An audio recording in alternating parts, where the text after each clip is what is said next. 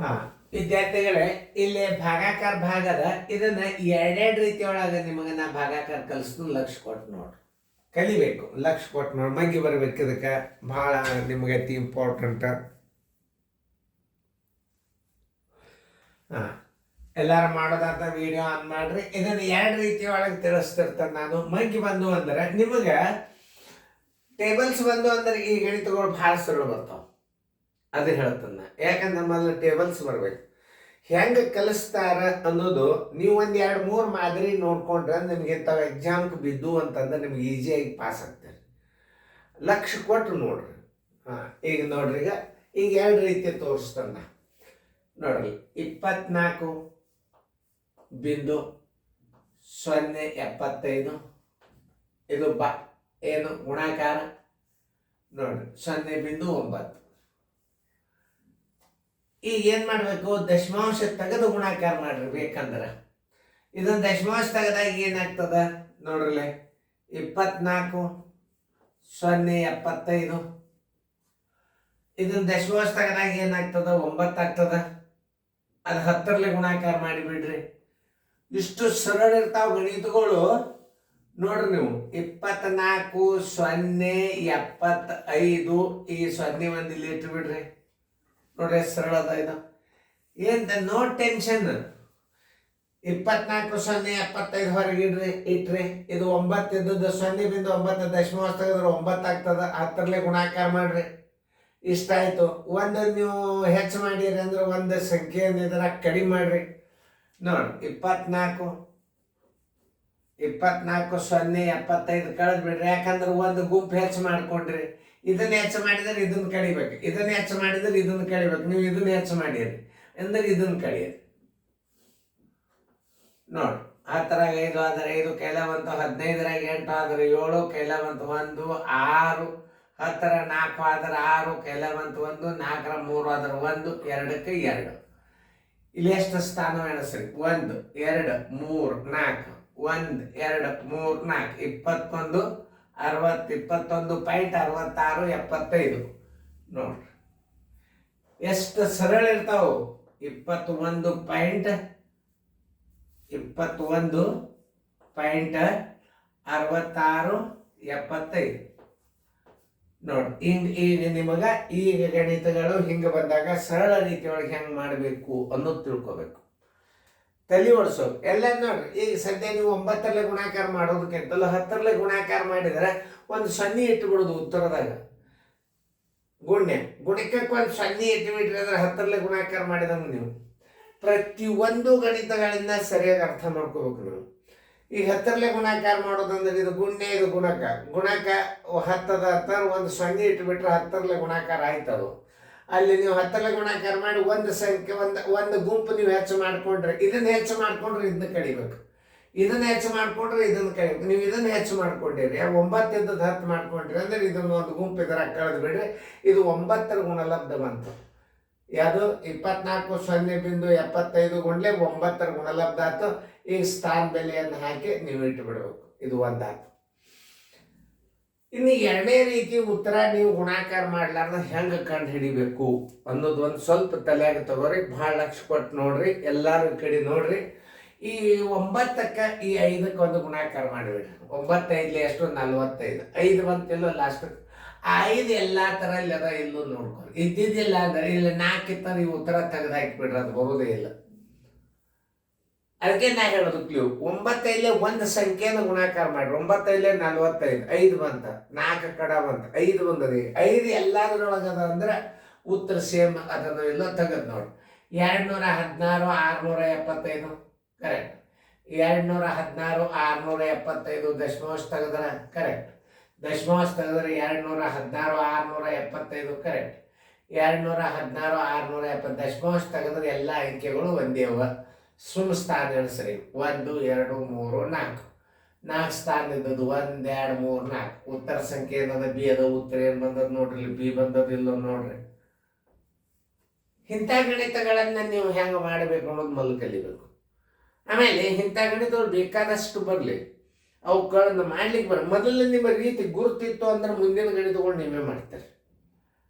ಆಮೇಲೆ ಇನ್ನು ನಿಮಗೆ ಗುಣಾಕಾರ ಒಂದು 5 ಹಾಕಿನು, ಬೇಕಂದ್ರೆ ನೀವು ಹೆಚ್ಚಿಗೆ ಉದಾಹರಣೆಗಳನ್ನು ಹಾಕಿ ಹುಡುಗರಿಗೆ ತಯಾರು ಮಾಡ್ಬೋದು. ನಿಮ್ಗೆ 5-7 ಗಣಿತಗಳಂತೂ ಮ್ಯಾಲೆ ನಾನು ನಿಮಗೆ ಕಲಿಸೀನಿ. ಈಗ ಸದ್ಯ ಇಲ್ಲಿ ಭಾಗಾಕಾರ ಕ್ರಿಯೆ ಚಾಲು ಆಗಿದೆ. ಭಾಗಾಕಾರ ಕ್ರಿಯೆಯನ್ನು 2 ರೀತಿಯೊಳಗೆ ಮಾಡ್ಬೋದು. ಒಂದು ಸ್ಥಾನ ಮೇಲೆ ಹಾಕಿ ಮಾಡ್ಬೋದು, ಒಂದು ಸ್ಥಾನ ಈಕ್ವಲ್ ಮಾಡಿ ಭಾಗಾಕಾರ ಮಾಡ್ಬೋದು.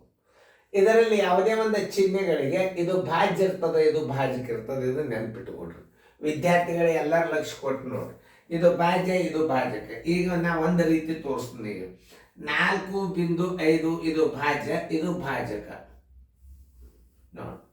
ಸ್ವಲ್ಪ ಮುಂದೆ ತೋರಿ 0.0.015 ಇಲ್ಲೇ ಗುಣಾಕಾರ ಹಾಕ್ರಿ, ಇಲ್ಲಿ ಗುಣಾಕಾರ ಹಾಕ್ರಿ. ಇದರ ಸ್ಥಾನ ಬೆಲೆ 1ರ ಮುಂದೆ ಎಷ್ಟು, ಈ ಬಿಂದುದ ಮುಂದೆ ಎಷ್ಟು ಅಂಕಿವ? 1, 2, 3 ಅಂಕಿವ. 3 0 ಕೊಡ್ರಿ. ನೋಡ್ರಿ ಇನ್ನೊಂದ್ಸಲ ತಿಳಿಸಿ ಹೇಳ್ತಾನು. ಇದಕ್ಕೆ ಸ್ಥಾನ ಬೆಲೆ ತೆಗೆದು ಬಿಂದುದ ಮುಂದೆ 1, 2, 3 ಅಂಕಿವ. 3 ಅಂಕಿವ ಅಂತಂದ್ರೆ 3 0 ಕೊಡ್ರಿ, ಅಂದ್ರೆ ಇದು 15 ಆದಂಗ. ಈ ಬಿಂದುದ ಮುಂದೆ 3 ಅಂಕಿಯನ್ನು ನೀವು ಮ್ಯಾಲೆ 3 0 ಕೊಟ್ರಿ ಅಂದ್ರೆ ಇದು ಪೂರ್ಣ ಸಂಖ್ಯೆ ಆದಂಗ. ಪೂರ್ಣ ಸಂಖ್ಯೆ ಮಾಡ್ಬೇಕಾದ್ರೆ ಸ್ಥಾನ ಬೆಲೆಯನ್ನು ಅಪೋಸಿಟ್ ಹಾಕಿ ಬಿಡ್ಬೇಕು. ಆಮೇಲೆ ಇದರ ಸ್ಥಾನ ಮೇಲೆ ತಳಗ ಹಾಕ್ರಿ. 1 ಬಿಂದುದ ಮುಂದೆ ಒಂದೇ ಅಂಕಿ ಅದ ಅಂದ್ರೆ 1 0 ಕೊಡ್ರಿ. ಈಗ 15 1 15 3 ನೋಡ್ರಿ ತೀತ. ಇದನ್ನ ತೆಗಿರಿ, ಇದನ್ನ ತೆಗಿರಿ. 100 3 300. 300 ಉತ್ತರ ಎಲ್ಲದ ನೋಡ್ರಿ, ಉತ್ತರ ಸಂಖ್ಯೆ ಎ. ತಿಳಿತಲ್ಲ? ಇನ್ನು ಸ್ಥಾನ ಬೆಲೆಯನ್ನು ಈಕ್ವಲ್ ಮಾಡ್ಕೊಂಡು ಮಾಡೋದು ಒಂದು ಕಲಿಯರ್. ಯಾವುದೇ ಒಂದು ಗಣಿತ ಕಲಿಬೇಕನ್ನೋ ಭಾವನೆದಿಂದ ನೋಡ್ರಿ. ನನಗೆ ಎಷ್ಟು ಇಂಟ್ರೆಸ್ಟ್ ಅದ ಗಣಿತ. ನಾ 30 ವರ್ಷದೊಳಗೆ ನಾ ಏನು ಕಲಿಸೀನಿ ಅನ್ನೋದು ರಿಟೈರ್ಡ್ ಟೀಚರ್ ಫೋನ್ ಮಾಡಿ, ಸರ್ ನೀವು ಕಲಿಸಿದ್ದೆಲ್ಲ ಬರೆದಿಟ್ಟು ಹೋಗ್ಬಿಡ್ರಿ. ಬರೆದಿಟ್ಟೆ. ಪೇಜ್ ಮೇಕರ್ದ ಎಲ್ಲ ಗಣಿತಗಳು ಬಿಡಿಸಿನು, ನವೋದಯ ಗಣಿತ ಬಿಡಿಸಿನು, 2 ಬುಕ್ಕ ತಯಾರ. ಆದ್ರೆ ಒಂದು ಸ್ವಲ್ಪ ವಿಡಿಯೋ ಮಾಡಿ ಸರ್, ನೀವು ಆನ್ಲೈನ್ ಮಾಡಿದ್ದು ಎಲ್ಲರಿಗೂ ಮನಸ್ಸಿಗೆ ಬಂತು. ಸೈನಿಕ್ ಸ್ಕೂಲ್ ನವೋದಯ ರಿಸಲ್ಟ್ ಅದು. ಈಗ ನಾವು ಇದನ್ನು ವಿಡಿಯೋ ಮಾಡಿಬಿಡ್ರಿ ಅಂತ ಹೇಳ್ಕೊಂಡು ನವೋದಯ ಪ್ರಿನ್ಸಿಪಾಲ್ರು ಮತ್ತು ರಿಟೈರ್ಡ್ ಟೀಚರ್ಗಳು, TDP ಅವರು, ಬಿರಾದರ್ ಸಾಹೇಬರು ಅವರು ಬರೆದಿಟ್ರೆ ಅದ್ರ ಮೇಲೆ ಅವ್ರಿಗೆ ನಮಗೆ ಭೇಟಿಯಾಗಿಲ್ಲ. ಅವ್ರು ನೋಡಿದ್ರೆ ಭಾಳ ಖುಷಿ ಪಡ್ತಾರೆ. ಈಗ ನೋಡ್ರಿ, ಈ ಭಾಗಾಕಾರ ಕ್ರಿಯೆಯನ್ನು ಒಂದು ರೀತಿಯಿಂದ ಮಾಡಿದ. ಇನ್ನು ಸ್ಥಾನ ಮೇಲೆ ಈಕ್ವಲ್ ಮಾಡ್ಕೊಂಡು ಹೆಂಗೆ ಮಾಡೋದು ಅದನ್ನು ನೋಡಿ. 4.5 4 ಬಿಂದು, ಇದು ಭಾಜ್ಯ, ಇದು ಭಾಜ್ಯ, ಇದು ಭಾಜಕ. 0.015.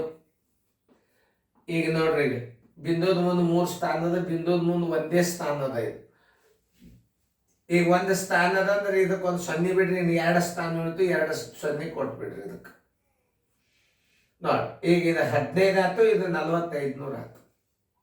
ತಿಳ್ಕೊಬೇಕು, ಮಾಡಬಾರ್ದು. ಈಗ ಇದರ ಸ್ಥಾನದಲ್ಲಿ 3 ಅದಲ್ಲ, 3 ನೀವು ಮಾಡ್ಕೊಂಡ್ರಲ್ಲ ಮೇಲೆ 3 ಮಾಡ್ಕೊಂಡಾಗ ಏನಾಯ್ತು, ಇದರ ಬೆಲೆ 15 ಆಯ್ತು, ಇದರ ಬೆಲೆ 4500. ದಶಮಾಂಶ ಹೋಗಿ ಬಿಡಿತದು.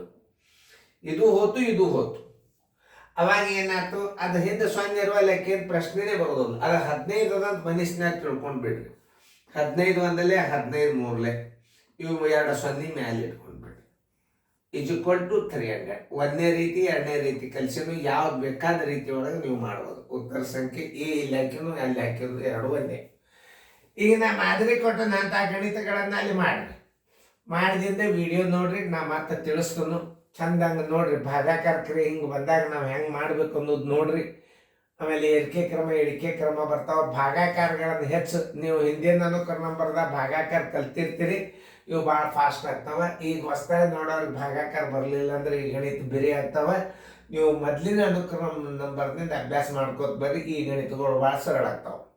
ಮಾಡೋದಾದ್ರಿಂದ ನೋಡ್ರಿ. ವಿಡಿಯೋ ಆನ್ ಮಾಡ್ರಿ. ಓಕೆ, 2 ರೀತಿ ಒಳಗೆ ತಿಳಿಸ್ತಾನೆ. ಇದು ಭಾಗ್ಯ, ಇದು ಭಾಜಕ. 13.5 ಸರ್ವಾಸ್ ಬಾಗ್ಲೆ 0.009. ಈಗ ಸ್ಥಾನ ಬೆಲೆ ಹಾಕೊಂಡು ಮಾಡೋದಂದ್ರೆ ವಿರುದ್ಧ. ಇದರ ಸ್ಥಾನ ಬೆಲೆ ಮೇಲೆ ಹಾಕ್ರಿ. 1 ಇಡ್ರಿ. 1 ಇಟ್ರೆ ಎಷ್ಟು ಅಂಕಿ ಬಿಂದುದ ಮುಂದೆ 1 2 3 ಅಂಕಿ ಅಂದ್ರೆ 3 0 ಕೊಡ್ರಿ. ಆಮೇಲೆ ಇಲ್ಲಿ 1 ಇಡ್ರಿ. ಬಿಂದುದ ಮುಂದೆ ಎಷ್ಟು ಅಂಕಿ ಅದ? ಒಂದೇ ಅಂಕಿ ಅದ ಅಂದ್ರೆ 1 0 ಕೊಡ್ರಿ. ಇದು 9 ಆಯ್ತು, ಇದು 135 ಆಯ್ತು. ಪೂರ್ಣ ಸಂಖ್ಯೆ ಆದಂಗೆ ಆಗ್ತದೆ. ಈಗ 9 ಒಂದಲೇ ಮಾಡ್ರಿ, 9 ಒಂದಲೇ 9, 9 5 45 ನೋಡಿ. ಈಗ ಈ 0 ತೆಗೀರಿ, ಈ 0 100ಕ್ಕೆ 15ಕ್ಕೆ ಗುಣಾಕಾರ ಮಾಡಿದ್ರೆ ಎಷ್ಟು ಬಂತು? 1500. ಉತ್ತರ ಸಂಖ್ಯೆ ಸಿ. ಈ ರೀತಿಯನ್ನು ಮಾಡಬಹುದು. ಸ್ಥಾನ ಬೆಲೆ ಈಕ್ವಲ್ ಮಾಡ್ಕೊಂಡು ಮಾಡಬಹುದು. ನೋಡ್ರಿ, ಇಂಥ ಅಭ್ಯಾಸ ಸಿಗುವುದಿಲ್ಲ. ಈಗಿನ ಟೆಕ್ಸ್ಟ್ ಬುಕ್ ಗುರ್ತದ ನನಗೆ, ಆವಾಗಿನ ಹಳೆಯ ಅಭ್ಯಾಸ ಇದು. ಇದನ್ನು ಕಲಿಯರಿ. ನಾನು ಸೆಕೆಂಡ್ ಇಯರ್ ಆದಿಂದ ನಿಮ್ಮ ಮುಂದೆ BSc ಲೈನ್ಗೆ ಹೋದಾಗ ಇಂಥ ಗಣಿತಗಳು ಅವಾಗ ಅಲ್ಲಿ ಬರ್ತಿರ್ತಾವೆ. ಈಗ ಹಿಂದೆ ಕಲಿಬೇಕು. ಯಾಕೆ ನಾವಿದ್ದಾಗ ಚೆನ್ನಾಗಿದ್ದಾಗ ಇಂಥವೇ ಗಣಿತ ಕಲ್ತಿದ್ದೀವಿ ನಾವು. ಮೋಜನೇದಾರಿ ಪದ್ಧತಿ ಲೆಕ್ಕ ಕಲ್ತಿದ್ದೀವಿ ನಾವು ಅವಾಗ. ನಾವು ಕಲಿಯಾಕ ಪಾವ ನಿಮ್ಮಲ್ಲಿ ಹಾಕಿದ್ವು. 1 ಪಾವು ಪಾವು, 2 ಕಾಲು, ಅರ್ಧ, 3 ಕಾಲು, ಮುಕ್ಕಾಲು, 4 ಕಾಲು, 1, 5 ಕಾಲು, 1 ಕಾಲು, 6 ಕಾಲು, 1 7 ಕಾಲು, 1 ಮುಕ್ಕಾಲು, 8 ಕಾಲು 2, 9 ಕಾಲು 2 ಕಾಲು, 10 ಕಾಲು 2. ನಮ್ಗೆ ಇಂಥ ಮಗ್ಗಿಗಳನ್ನು ಅವಾಗ ಭಯಪಟ್ಟು ಮಾಡಿಸ್ತಿದ್ರು ನೋಡ್ರಿ. ಆಮೇಲೆ 11 ಹಿಂಗೆ ನಮಗೂ ಅವಾಗ ಪಾವ ನಿಮ್ಮಲ್ಲಿ ಲೆಕ್ಕಗಳಿದ್ದು. ಅವಾಗ ಹೆಂಗಂದ್ರೆ ಒಂದು 4 ಬರಿಬೇಕಾಗಿತ್ತು ಅಂತಂದ್ರೆ ಹಿಂಗೊಂದು ಗೆರೆ ಹಾಕಿಸಿಂದ ಇದು 4, ಇದು ₹1 4. ಈ ಕನ್ನಡದಾಗ ₹1 4. ಅವಾಗೆಲ್ಲ ನಮ್ಮ ಹಿರಿಯರು ಖಾತೆ ಬುಕ್ಕದಾಗ ಹಿಂಗೆ ಬರೀತಾರೆ. ₹1.5 ಬರಿಬೇಕಾಗ್ಯದ, ಒಂದು ಕನ್ನಡದಾಗ ಬರೀದು ಇಲ್ಲಿ ಪಾಯಿಂಟ್ ಕೊಡೋದು. ಇದು ₹1.5. ₹1.75. 1.111 ₹1.70. ಇಂಥ ಗಣಿತಗಳನ್ನು ಸಹಿತ ನಾವು ಕಲಿಯಾಗಿದ್ದು. ಆಮೇಲೆ ಇದು ಏನು ಪದ್ಧತಿ ಅಂತಂದ್ರೆ ವೇಗವಾಗಿ ಸಂಕಲನ ಮಾಡೋದು ಬರ್ತದೆ. ಇದರಿಂದ ರೂಪಾಯಿ ಪೈಸೆಗಳನ್ನು 4 ಬರೀ 4 ಹಿಂಗೆ ಕೂಡಿಸಿ ಟೋಟಲ್ ಮಾಡಿ ಒಮ್ಮೆ ಬಾಯ್ದಿಂದ ಅಮೌಂಟ್ ಹೇಳ್ತಿದ್ರು ಅವಾಗ ನಮ್ಮ ತಂದೆಗಳು. ಈಗ ಇದಂತೂ ತಿಳಿತಾನೆ ನಿಮಗೆ. ಈಗ ಸ್ಥಾನ ಬೆಲೆ ಹಾಕೋಬೇಕು. ಸ್ಥಾನ ಬೆಲೆ ಹೆಂಗೆ ಹಾಕೋಬೇಕು ನೋಡಿ. ಇದು ಭಾಗ್ಯ 13.5 ತಳಗ 0.009. ಇಲ್ಲಿ 3 ಸ್ಥಾನವ, ಇಲ್ಲಿ ಒಂದೇ ಸ್ಥಾನದ ಈಕ್ವಲ್. ಇದರ ಈಕ್ವಲ್ ಮಾಡ್ಕೊಂಡು ಬಿಡೋದು. ಇದಕ್ಕೆ ಸ್ಥಾನ ಬೆಲೆ ಈಕ್ವಲ್ ಅಂತಾರೆ. ಇಲ್ಲಿ 3 ಆಗ್ಯದ, ಇಲ್ಲಿ 3 ಸ್ಥಾನ ಅದು. ಇಲ್ಲಿ ನೋಡ್ರಿ, ಬಿಂದೋದ್ ಮುಂದೆ 3 ಸ್ಥಾನ ಆಯ್ತು, ಇಲ್ಲಿ ಬಿಂದೋದ್ ಮುಂದೆ 3 ಸ್ಥಾನ ಆಯ್ತು. ಇದು 9 ಆಯ್ತು, ಇದು 13,500 ಆಯ್ತು. ಅದನ್ನು ತಿಳ್ಕೊಬೇಕು ನೀವು. ಇದರ ಬೆಲೆ 9 ಆಯ್ತು, ಮ್ಯಾಲೆ 13,500 ಆಯ್ತು. ಸ್ಥಾನ ಬೆಲೆ ಕೊಟ್ಟಾಗ ಈಕ್ವಲ್ ಮಾಡ್ಕೊಂಡು ಹಿಂಗೂ ಭಾಗಾಕಾರ ಮಾಡ್ಬೋದು. ಬೇಕಾದ್ರೆ ಈ ರೀತಿ ಮಾಡ್ರಿ, ಬೇಕಾದ್ರೆ ಈ ರೀತಿ ಮಾಡ್ರಿ, ಒಟ್ಟು ಉತ್ತರ ಒಂದೇ ಬರ್ತದೆ. ಇದು ಪೂರ್ಣ ಸಂಖ್ಯೆ ಅಂತ ತಿಳ್ಕೊಂಡ್ರೆ 9, 9 ಒಂದಲೇ 9, 9 5 45. ಇವೆರಡು 0 ಮ್ಯಾಲೆ ಇಡ್ರಿ. ನೋಡ್ರಿ, ನಿಮ್ಗೆ ಯಾವ್ದು ಅಂಕಿ ಸರಳ ಅನ್ನಿಸ್ತದೆ, ಯಾವ್ದು ಗಣಿತ ಸರಿ ಅನ್ನಿಸ್ತದ, ಅದಕ್ಕೆ ಉತ್ತರ ಇಲ್ಲಿ ಹಾಕಿನು. ಅದಕ್ಕೆ ಡಬಲ್ ಬೇಡ. ಇದೇ ಲೆಕ್ಕನೇ ನೀವು ಇಲ್ಲಿ ತಳಗ ಮಾಡಿ ಮಾಡ್ರಿ, ನಿಮಗೆ ಗೊತ್ತಾಗ್ಬಿಡ್ತಾರೆ. ಯಾಕೆ ಪ್ರತಿಯೊಂದು ಗಣಿತಕ್ಕೆ ನಾ ಹಿಂದೆ ಸರಿತೇನೆ. ಯಾಕಂದ್ರೆ ಆಡ್ ನಿಂತಂದ್ರೆ ಇಲ್ಲಿ ವಿದ್ಯಾರ್ಥಿಗಳು ಬಿಡಿಸ್ಕೊಳ್ಳೋರು ಇರ್ತಾರೆ, ಇಲ್ಲಿ ಹಿಂಗೆ ನಿಂತು ಬಿಡೋದು. ಆಮೇಲೆ ಆ ಹುಡುಗ ಭಾಷೆ ಇರ್ತಾನೆ, ಹಿಂದಿನ ಲೆಕ್ಕ ಬಿಡಿಸ್ಕೋತಿರ್ತಾನೆ ಫೇರ್ದಾಗ. ಅದಕ್ಕೆ ನಮಗೆ ಕೆಲವೊಂದು ತಪ್ಪುಗಳನ್ನು ವಿಡಿಯೋದಿಂದ ಚೆಕ್ ಮಾಡ್ಕೊಂಡು ನಾವು ದೂರ ಸರಿಲಿಕ್ಕೈತಿದ್ದೀವಿ. ಪ್ರತಿ ಒಂದು ಸಲಕ್ಕೆ ನಾವು ದೂರ ಸರಿ ಹುಡುಗ ಗಣಿತ ಮಾಡಿದವ್ರು ಬಡ ಬಿಡಿಸ್ಕೋತಿರ್ತಾರೆ. ಇದನ್ನು ನಾನು ಮಾಡೋದಾಗಿಂದ ವಿಡಿಯೋ ಆನ್ ಮಾಡಿರಿ, ಲಕ್ಷ ಕೊಟ್ಟು ನೋಡ್ರಿ. ಇದನ್ನು ಭಾಜ್ಯ, ಇದು ಭಾಜಕ. ಮುಂದಿನ ಲೆಕ್ಕಗಳನ್ನು ಮಾಡಬೇಕು ನೀವು. 0.224 ಸರ್ವಾಸ್ ಬಾಗಿಲೆ 0.016. ಈಗಂತೂ ತಿಳಿತಲ್ಲ ನಿಮ್ಗೆ. ನೋಡ್ರಿ, ಈಗ ಲಕ್ಷ ಕೊಟ್ಟ. ಇದರ 3 ಸ್ಥಾನ ಮೇಲೆ, ಇದರ 3 ಸ್ಥಾನ ತಳಗೆ ಹಾಕಬಾರ್ದು. 2 ಸ್ಥಾನ ಬೆಲೆಗಳು ಈಕ್ವಲ್ ಆಗಿದ್ದು ಅಂತಂದ್ರೆ ಇವು ಪೂರ್ಣ ಸಂಖ್ಯೆ ಅಂತ ತಿಳ್ಕೊಂಡು ಬಿಡ್ಬೇಕು. ನೋಡ್ರಿ, ಭಾಳ ಇಂಪಾರ್ಟೆಂಟ್ ಇದು. ಮ್ಯಾಲೂ 3 ಸ್ಥಾನದ, ತಳಗು 3 ಸ್ಥಾನದ. ಇದು ಪೂರ್ಣ ಸಂಖ್ಯೆ ಅಂತ ತಿಳ್ಕೊ. ಪೂರ್ಣ ಸಂಖ್ಯೆ ಅಂದ್ರೆ ಏನ್ರಿ ಸರ್ ಅಂತ ಕೇಳಬೇಡ್ರಿ. ಇಲ್ಲಿ ನೋಡ್ರಿ ತೋರಿಸ್ನು. ಪೂರ್ಣ ಸಂಖ್ಯೆ ಅಂದ್ರೆ ದಶಮಾಂಶ ತೆಗೆದು ಬಿಡ್ರಿ, 224 ಆಯ್ತು. ಇದರದ್ದು ದಶಮಾಂಶ ತೆಗೀರಿ, 16 ಆಯ್ತು. ನೋಡ್ರಿ, 16 ಒಂದಲೇ 16, 6 ಉಳಿತು, 16 4 64. ಇದರ ಬೆಲೆ ಎಷ್ಟಾಯ್ತು? 14 ಬಂತು. ದಶಮಾಂಶ ಇರಂಗಿಲ್ಲ ಇದಕ್ಕೆ. ಯಾಕಂದ್ರೆ ದಶಮಾಂಶ ಸ್ಥಾನ ಬೆಲೆಗಳು ಈಕ್ವಲ್ ಇದ್ದಾಗ ಅದು ಪೂರ್ಣ ಸಂಖ್ಯೆ ಉತ್ತರ ಬರ್ತದೆ. ಉತ್ತರ ಸಂಖ್ಯೆ ಎ. ಹಿಂಗೆ ತಿಳ್ಕೊ. ಅದಕ್ಕೆ ಇಲ್ಲಿ ಸ್ಥಾನ ಬೆಲೆ ಹಾಕಿ ನಮ್ಮ ಉದ್ದಮ್. ನೀವು ತಪ್ಪಲಿ ಅನ್ನೋ ಉದ್ದೇಶಕ್ಕೆ ಇದು ನಾನು ಸ್ವಂತ ಉದಾಹರಣೆಗಳನ್ನು ಹಾಕಿ ನಾ ಬುಕ್ಕ ಬರೆದದ್ದು ಹಂಗೆ ಅದು ಸಾಕಷ್ಟು ಮಾದರಿಗಳನ್ನು ಕೊಟ್ಟನು. ಇನ್ನೊಂದು ನನ್ನ ವಿಷಯ ಏನು, ನನ್ನ ಉದ್ದೇಶ ಏನು, ನಮ್ಮ ಮನೆಯಲ್ಲಿ ಪ್ರತಿಯೊಬ್ಬರು ಕಲಿತ ಶಾಣ್ಯರಾಗಬೇಕು, ನಮ್ಮ ಮಕ್ಕಳನ್ನ ತಯಾರು ಮಾಡ್ಕೋಬೇಕು ಅನ್ನೋದು ಗುರಿ. ಇದಕ್ಕೆ ಶಕ್ತಿ ಕೊಡ್ತದೆ ನಿಮಗೆ. ನೀವು ಪ್ರಯತ್ನ ಮಾಡಿ ನೋಡ್ರಿ. ನನ್ನ 30 ವರ್ಷದ ಅನುಭವದೊಳಗೆ ನಿಜವಾಗಿಯೂ ನಾ ಅಷ್ಟು ಶಾಣೆ ಇದ್ದಿದ್ದಿಲ್ಲ. ನಾನು ವಿದ್ಯಾರ್ಥಿಗಳಿಗೆ ವಿದ್ಯಾರ್ಜನೆ ಮಾಡಿ ನಾವು ಕಲಿಸೋದ್ರಿಂದ, ವಿದ್ಯಾರ್ಥಿಗಳಿಗೆ ಮನವರಿಕೆ ಆಗಂಗೆ ಕಲಿಸೋದ್ರಿಂದ ನಮ್ಮ ವಿದ್ಯಾ ಸಂಪತ್ತು ಜಾಸ್ತಿ ಆಯಿತು.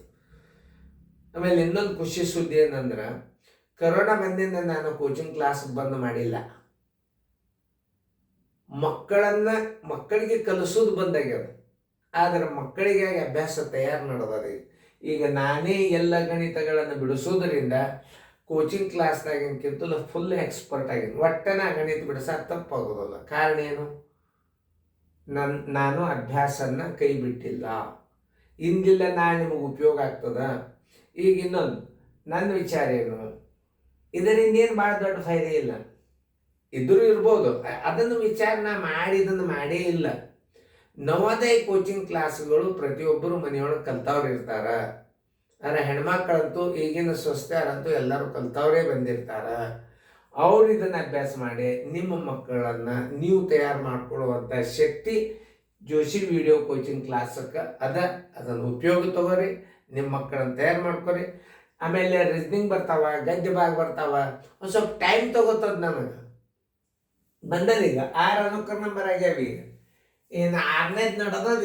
ಈಗ ಇನ್ನು ಒಂದು 5 ಅನುಕರ ನಂಬರ್ ಆದವು ಅಂದ್ರೆ ಎಲ್ಲ ರೀತಿಯ ಅಭ್ಯಾಸಗಳು ನಿಮಗೆ ಡೈಲಿ ಮುಂಜಾನೆ ಅದು ವಾಟ್ಸಪ್ಗೆ ಹಾಕಿರ್ತಾನು. ಆಮೇಲೆ ಯೂಟ್ಯೂಬ್ದಾಗ ತೆಗೆದು ನೋಡ್ಬೋದು. ನೀವು ಇಂಡೆಕ್ಸ್ ಅಂತ ತಿಳ್ಕೊಂಡು ಒಂದು ನಾ ಮುಂಜಾನೆದು ಹಾಕ್ತೇನೆ, ನಿಮಗೆ ಸ್ಕ್ರೀನ್ ಮಾಡಿ ಹಾಕ್ತಾನೆ. ಇವತ್ತಿನ ಅಭ್ಯಾಸ ನೀವು ಯಾವುದೇ ನೋಡಬೇಕಾದ್ರೂ ಅದನ್ನು ನೀವು ಸೇವ್ ಮಾಡಿ ಇಟ್ಕೋಬೇಕು. ಯಾವ್ದು ಬೇಕಾದ ಅಭ್ಯಾಸನ ನೀವು ಬರೀ ಫೋಟೋ, ಸ್ಕ್ರೀನ್ ಫೋಟೋ ಬರ್ತಾವೆ, ಅದನ್ನು ಬಡ ಬಡ ಬಡ ಬಡ ಬಡ ತೆಗೆದು ಈ ಲೆಕ್ಕಗಳು ಈ ವಿಡಿಯೋ ನಂಬರ್ದಾಗವ. ಹೀಗೆಲ್ಲ ನಾ ಇನ್ನೂ ಸುಧಾರಣೆ ಮಾಡಬೇಕಾದ ವಿಡಿಯೋನ ಯೂಟ್ಯೂಬನ್ನು ಇನ್ನೂ ಭಾಳ ಸುಧಾರಣೆ ಮಾಡ್ತೇನೆ ನಾನು. ನೀವೇನು ಮಾಡಬೇಕು, ಹೆಚ್ಚು ಅಭ್ಯಾಸ ಮಾಡಿ, ಹೆಚ್ಚು ಜನ ನೋಡೋದರಿಂದ ಅದು ಗೋರ್ಮೆಂಟ್ ಏಟ್ ಕೊಡ್ತದೆ ಕೊಡಲ್ತಕ್ಕ, ಅದ್ರ ಬಗ್ಗೆ ತಲೆ ಕೆಡಿಸೋಬೇಡ. ನೀವು ಶಾಣ್ಯರಾಗೋದು ತಲೆ ಕೆಡಿಸ್ಕೊಡ್ರಿ. ನಾವು ಹಿರಿಯರಾಗಿ ಈಗ 72 ವಯಸ್ಸು ರಿಟೈರ್ಡ್ ಆಗಿ 12-13 ವರ್ಷ ಆಯಿತು. ನಮ್ಮ ಮನ್ಯಾಗ ಅವರು ಗೋರ್ಮೆಂಟ್ ಟೀಚರು. ಗೋರ್ಮೆಂಟ್ ಶಾಲೆ ಮೇಲೆ ಭಾಳ ಪ್ರೀತಿ. ನಾನು ಗೋರ್ಮೆಂಟ್ ಶಾಲೆ ಶಿಕ್ಷಕರ ಮೇಲೂ ಅಷ್ಟೇ ಪ್ರೀತಿ, ಗೋರ್ಮೆಂಟ್ ಶಾಲೆ ಮೇಲೂ ಅಷ್ಟೇ ಪ್ರೀತಿ. ಪ್ರತಿಯೊಬ್ಬರು ಸರ್ಕಾರಿ ಗೋರ್ಮೆಂಟ್ ಟೀಚರ್ಗಳು CET ಪಾಸಾಗಿ ಬಂದವ್ರು ಇರ್ತಾರೆ. ಅದನ್ನು ನೋಡಿ ಕಿಶನ್ ನೀವು ಪ್ರತಿಯೊಂದು ಗೋರ್ಮೆಂಟ್ ಶಾಲೆ ಒಳಗೆ ಬರೀ ದಾಣ ನವೋದಯ ಮಾಡಿಬಿಡ್ರಿ. ಅದನ್ನು ನೋಡಿ ಸರ್ಕಾರಿ ಶಾಲೆ ತಾನೇ ಕ್ಯೂ ಹೆಚ್ಚು ಮಂದಿ ಬರ್ತದೆ. ಫಸ್ಟ್ ನಾವು ಶಾಣ್ಯರಾಗಬೇಕು. ಮೊದಲು ನಾವು ಶಾಣ್ಯರಿದ್ದರೆ ವಿದ್ಯಾರ್ಥಿಗಳನ್ನ ಕರೆಯೋ ಅವಶ್ಯಕತೆ ಇಲ್ಲ.